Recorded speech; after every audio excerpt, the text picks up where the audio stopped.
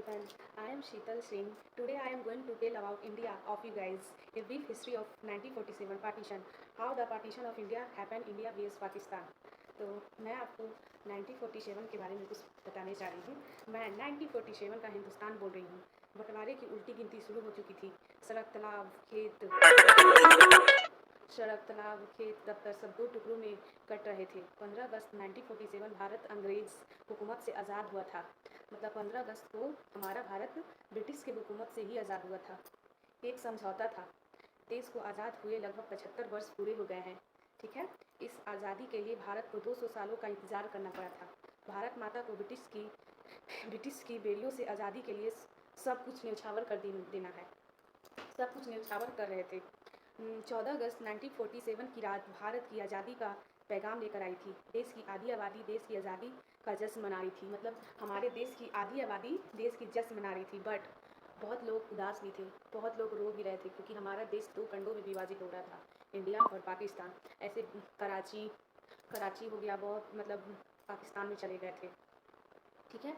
और एक नया मुल्क बना था पाकिस्तान। ठीक है। भारत 14 अगस्त 1947 की रात भारत की आज़ादी का पैगाम लेकर आई थी। देश की आधी आबादी देश की आज़ादी का जश्न मना रही थी। वही पंजाब और बंगाल जैसे राज्य दंगों की आग में झुलस रहे थे। पंजाब और बंगाल, पंजाब का हिस्सा भी कुछ जा रहा था पाकिस्तान में, और बंगाल, पूर्वी बंगाल जैसे राजदंगों आग में झुलस रहे थे।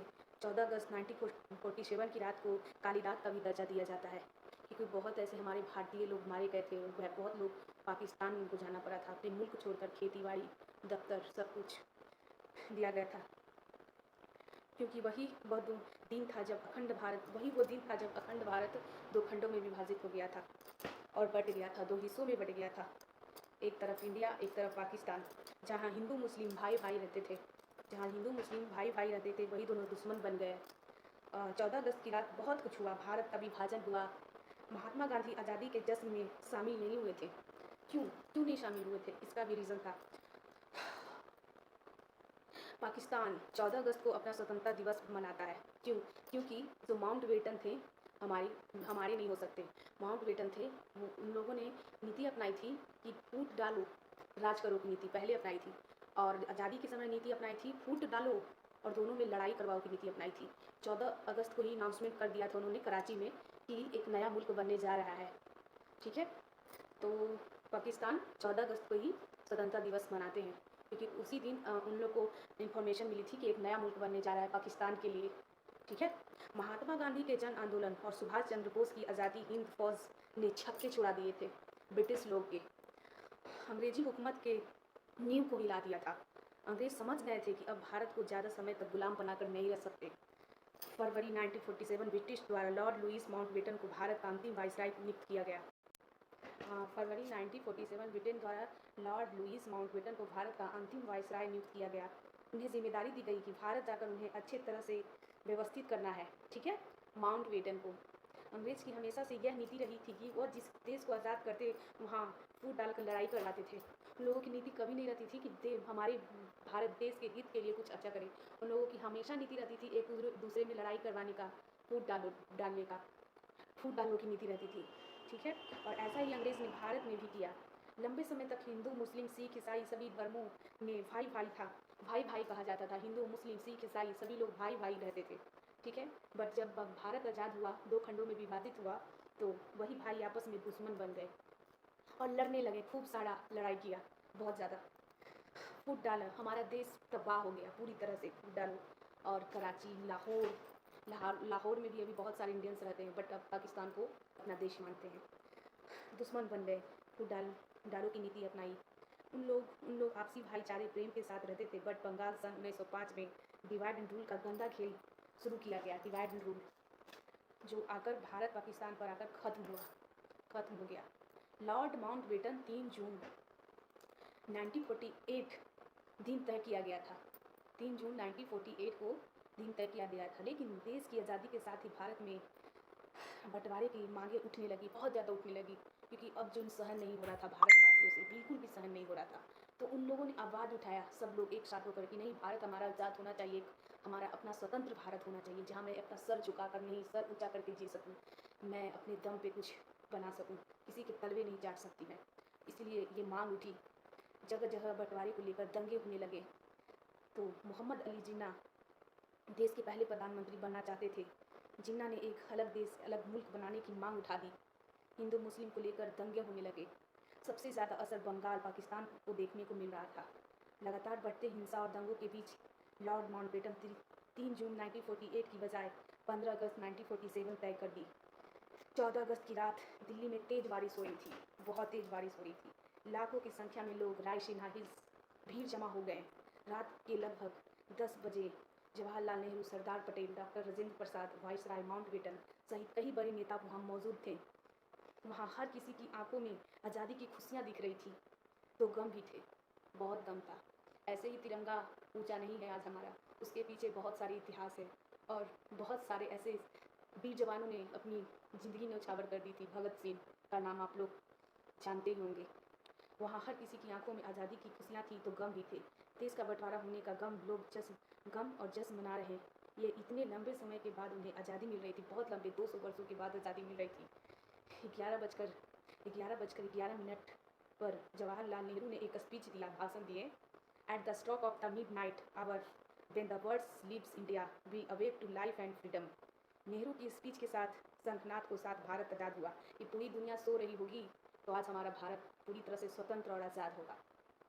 भारत में पहली बार मैं कहाँ थी, लोग जश्न मना रहे थे, आज़ादी की जश्न मना रहे थे। इतने लंबे समय के बाद उन्हें आज़ादी मिल रही थी। 11 बजकर 11 मिनट पर जवाहरलाल नेहरू ने भाषण दिया। क्या भाषण दिए, ये भी सुन लीजिए।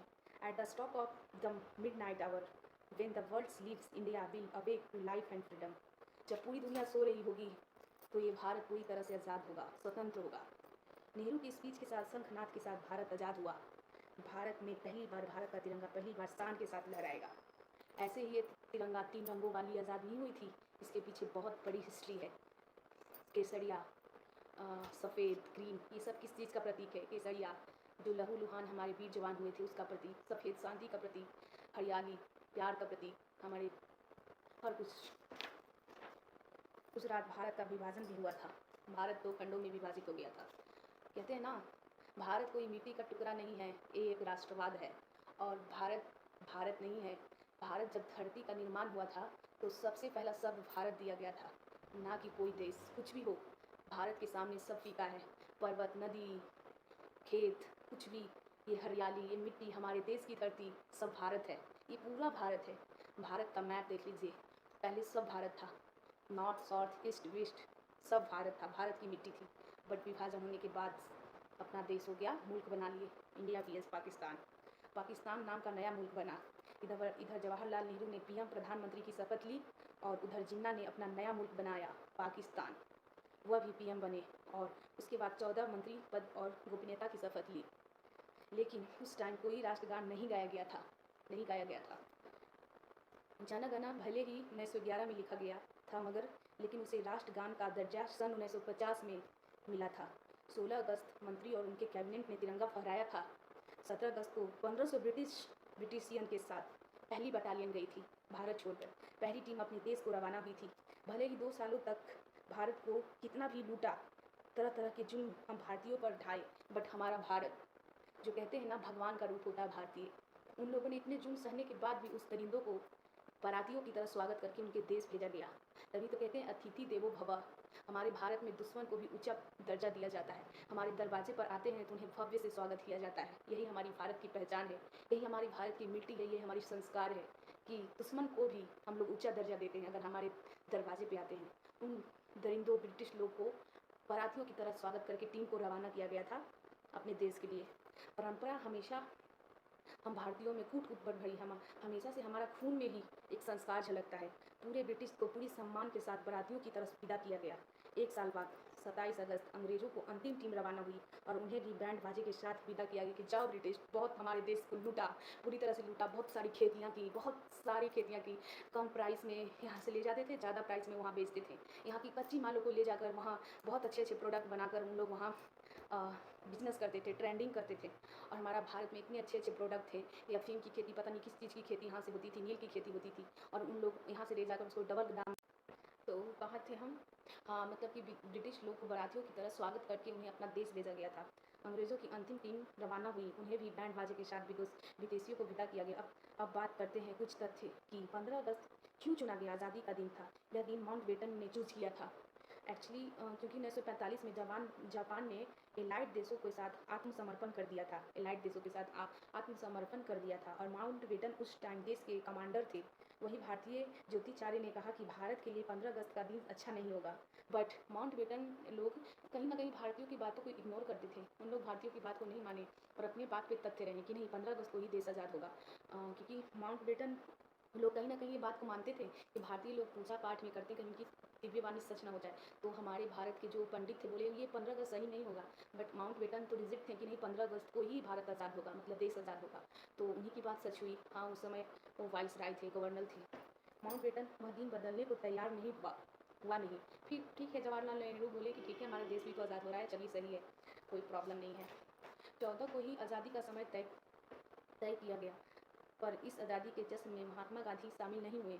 उस नेहरू सरदार पटेल ने पत्र लिखकर कहा था, जिस आज़ादी के लिए आप इतने सालों से संघर्ष कर रहे थे वह हमें मिल रही है। इतने सारे जन आंदोलन किए, नील सत्याग्रह की खेती, चंपारण, बहुत सारे ऐसे आंदोलन गांधी जी ने भी किया था अपने देश के लिए, बहुत सारे। 1857 की क्रांति में उनका भी बहुत अहम योगदान है, अगर आप लोग हिस्ट्री पढ़ते होंगे तो। और आप ही हमारे मार्गदर्शन हैं। लेटर लिख के गांधी जी को बोला, आप ही हमारे मार्गदर्शन हैं और यहाँ नहीं आए। बट उस टाइम महात्मा गांधी बंगाल में अनशन पर बैठे थे, क्योंकि बंगाल हिंदू मुस्लिम एक दोनों दुश्मन की तरह लड़ाई कर रहे थे। वह हिंदू और मुस्लिम के बीच रही लड़ाई काफ़ी वो बहुत ज़्यादा मतलब मायूस थे कि आखिर ऐसी आज़ादी जिससे हमारे भाई भाई लड़ रहे हैं, मर रहे हैं, कट रहे हैं।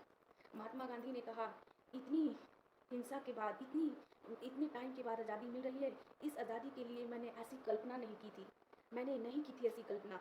ये तो सत्ता के द्वारा ली गई आज़ादी है, जहाँ देश के दो भाई आपस में लड़ रहे हैं। भाई इतने सारे लोग मरे थे, करोड़ों करोड़ों लोग अपना देश छोड़ कर गए थे, ठीक है, और देश बट गया था, बट रहा था। वहाँ किसी भी प्रकार का जश्न नहीं करूँगा। गांधी जी ने बोला, मैं किसी भी प्रकार का जश्न नहीं करूँगा, क्योंकि हमारा देश विखंडित हो गया है। कहते हैं ना, एक शरीर से एक अंग का टूट जाना, वही हुआ था भारत के साथ। हमारा भारत पूरा भारत था जो खंडों में विभाजित हो गया। और ये फूट किसने दिया था? माउंटबेटन। ब्रिटिश लोग की चाल थी ये, कि छोड़ के तो जा रहा हूँ, बट ऐसी लड़ाई करवा दूंगा ना, पूरा दुनिया, पूरा देश भाईचारा खत्म हो जाएगा। हिंदू मुस्लिम में लड़ाइयाँ होती रही, धर्म के नाम पर लड़ेंगे, जात के नाम पर लड़ेंगे, ऐसी फूट डाली उन लोगों ने। बट हिंदू तो हिंदू ही है, रक्त सबका एक होता है, ठीक है। भारत और पाकिस्तान एक ही दिन आज़ाद हुए थे। भारत पाकिस्तान के बंटवारे का ऐलान 14 अगस्त की रात को हुआ था। दोनों देशों के बीच रेड क्लिफ लाइट 17 अगस्त तक खींची गई थी। 1948 को आज़ादी की पहली सालगिरह मनाई थी। माउंटबेटन ने 14 अगस्त को ही कराची में अलग देश बनने की बधाई दे दिया था। इतना जो दिया था वो, 14 अगस्त को ये ऐलान कर दिया था कि एक अलग देश बनने जा रहा है। कहाँ किया था? कराची में। और भारत में यह आयोजन तो कहाँ थे हम? हाँ, भारत में आयोजन सुबह आयोजित हुआ था। ये थी 14 अगस्त की उस काली रात की कहानी, जहाँ हमारे देश का बंटवारा कर दिया गया। उसे काली रात भी कहते हैं। काली रात ही है ना भाई, बहन भाई सब बिछड़ गए, दोस्ती, ये धर्म के नाम पर लड़ाइयाँ होने लगी, जात के नाम पर लड़ाइयाँ होने लगी, जहाँ सब लोग मिल बांट कर रहते थे। उनके मुहर्रम में हिंदू लोग खुश रहते थे, हिंदू के फंक्शन में उन लोग खुश रहते थे। ऐसी दोस्ती चलती थी पहले, ठीक है। ऐसी फूट डाला ना ब्रिटेन लोग, ऐसी फूट डाल कर गए। और 14 अगस्त की उस काली रात का दर्जा भी दिया जाता है, जहाँ हमारे देश बट रहा था। इतिहास में सबसे बड़ा बंटवारा माना जाता है, सबसे बड़ा बंटवारा माना। अरे भाई, इससे बड़ा बंटवारा और क्या हो सकता है? जो लगभग 1.5 करोड़ लोग विस्थापित हुए थे और लाखों लोगों को दंगे में जान चली गई थी, बहुत लोगों की जाने गई थी, एक दूसरे में लड़ के मर गए थे। तो हाँ, हम ये कहना चाहते हैं आप लोग भारतवासियों से कि कभी भी आप अपने अतीत को मत भूलिए। अगर आपका अतीत याद रहेगा ना, तो वर्तमान भी अच्छा होगा। वैसे हमारे भारत की आज एजुकेशन सिस्टम भी बहुत अच्छी है पाकिस्तान से। उनका मुल्क अलग हो गया, बट हमारा भारत ने बहुत कुछ ऐसा सहा है। और आज भी हमारे भारत में मान सम्मान के साथ कोई भी आ जाते हैं टूरिस्ट, उन्हें इज्जत के साथ उन्हें भेजा जाता है। आज भी हमारे भारत में संस्कृति, हर चीज़ में हमारा भारत आगे है। कितना, जितने भी व्यापारी किए, कितना लूटा, बहुत सारे लूटे, ऐसी सारी खेतियाँ की, बहुत सारी सोने चांदी, हर तरह का ट्रेडिशन उन लोगों ने फॉलो किया, ब्रिटिश लोग। बट आज भी हमारा भारत किसी भी तरह से व्यवसाय में पीछे नहीं है। हमारा ट्रेडिशन इतना, हमारी भारत की जब मिट्टियाँ अच्छी थी, इतनी अच्छा व्यापार होता था, खेती होती थी, यहाँ के हर कुछ को कम दामों में ले जाते थे। और वहाँ जाकर हाई क्वालिटी में वहाँ प्रिंट करते थे, बेचते थे और यहाँ के कच्चे मालों को ले जाकर वहाँ अच्छे-अच्छे प्रोडक्ट बनाते थे। ऐसी बहुत सारी फैक्ट्री यहाँ ब्रिटेन में खोली गई, बट भारत में नहीं खोला गया क्योंकि हमारे भारत की अर्थव्यवस्था अच्छी ना हो जाए। अगर यहाँ पे फैक्ट्रियाँ खोली जाती तो यहाँ के ही तो लेबर को वो लोग हायर करते, बट ऐसा उन लोगों ने नहीं किया। यहाँ से कच्चा माल ले जाते थे, वहाँ ब्रिटेन में जाकर फैक्ट्री खोलते थे और उसे बहुत हाई प्राइस पर हम लोग बेचते थे, ठीक है। बहुत सारी ऐसी बातें हैं जो हमारे भारतवासियों ने सहा है, बहुत सारे जुल्म सहे हैं, मतलब अपना हक वो लोग भी नहीं ले पाए, बट हमारे महान नेता जवाहरलाल नेहरू ये सब हमारे देश की आज़ादी में बहुत अहम भूमिका निभाए हैं। तो मैं आप लोग से ये कहना चाहूँगी कि 3 रंग का तिरंगा आज घर पे लहराते हैं ना, ये आन बान शान के साथ, इसके पीछे बहुत बड़ी कहानी है। बहुत ऐसे वीर जवानों ने अपनी जान तक कुर्बान कर दी थी और उन लोग कभी भी ये नहीं सोचते थे कि मैं पीएम बन जाऊँगा तो इतनी सारी पब्लिक को नहीं समझूंगा, पब्लिक की मन भावनाओं को नहीं समझूंगा। वहाँ पहले पब्लिक की भावनाओं को समझा जाता था, तभी तो देश आज़ाद करवाने में बहुत सारे ऐसे वीर जवानों ने अपनी जान तक दे दी थी, ठीक है। भगत सिंह का नाम सुना होगा, उनका भी बहुत बड़ा योगदान है। कितने जालियांवाला बाग, कितने लोग मारे गए थे, बेजुबान मारे गए थे। बहुत सारी ऐसी घटनाएं हुई है, बहुत सारे आंदोलन 1857 की क्रांति में झांसी की रानी, बहुत सारे ऐसे लोग हैं, मैं आपको एक्सप्लेन नहीं कर सकती, बट इतना कह सकती हूँ कि ये जो 3 रंग का तिरंगा है इसे कभी झुकने मत देना। आन मान के साथ हमेशा जब तक जान है ऊंचा रहने देना। ऐसे ही नहीं मिला, बहुत सारी मुश्किलों के बाद मिला है और हमारा भारत देश महान है और महान रहेगा। भारत भारत ही एक ऐसा देश है जिसे शान से कह सकते हैं ये मेरा भारत है। आज मेरा भारत पूरी तरह से आज़ाद है और पूरी तरह से आज हम अपने भारत के लिए कुछ अच्छा करें, हमेशा अच्छा करने का सोचें, अपने भारत का मान सम्मान को ऊँचा करें। मैं यही आप लोग को कहना चाहूँगी। चलिए, जय हिंद, जय भारत।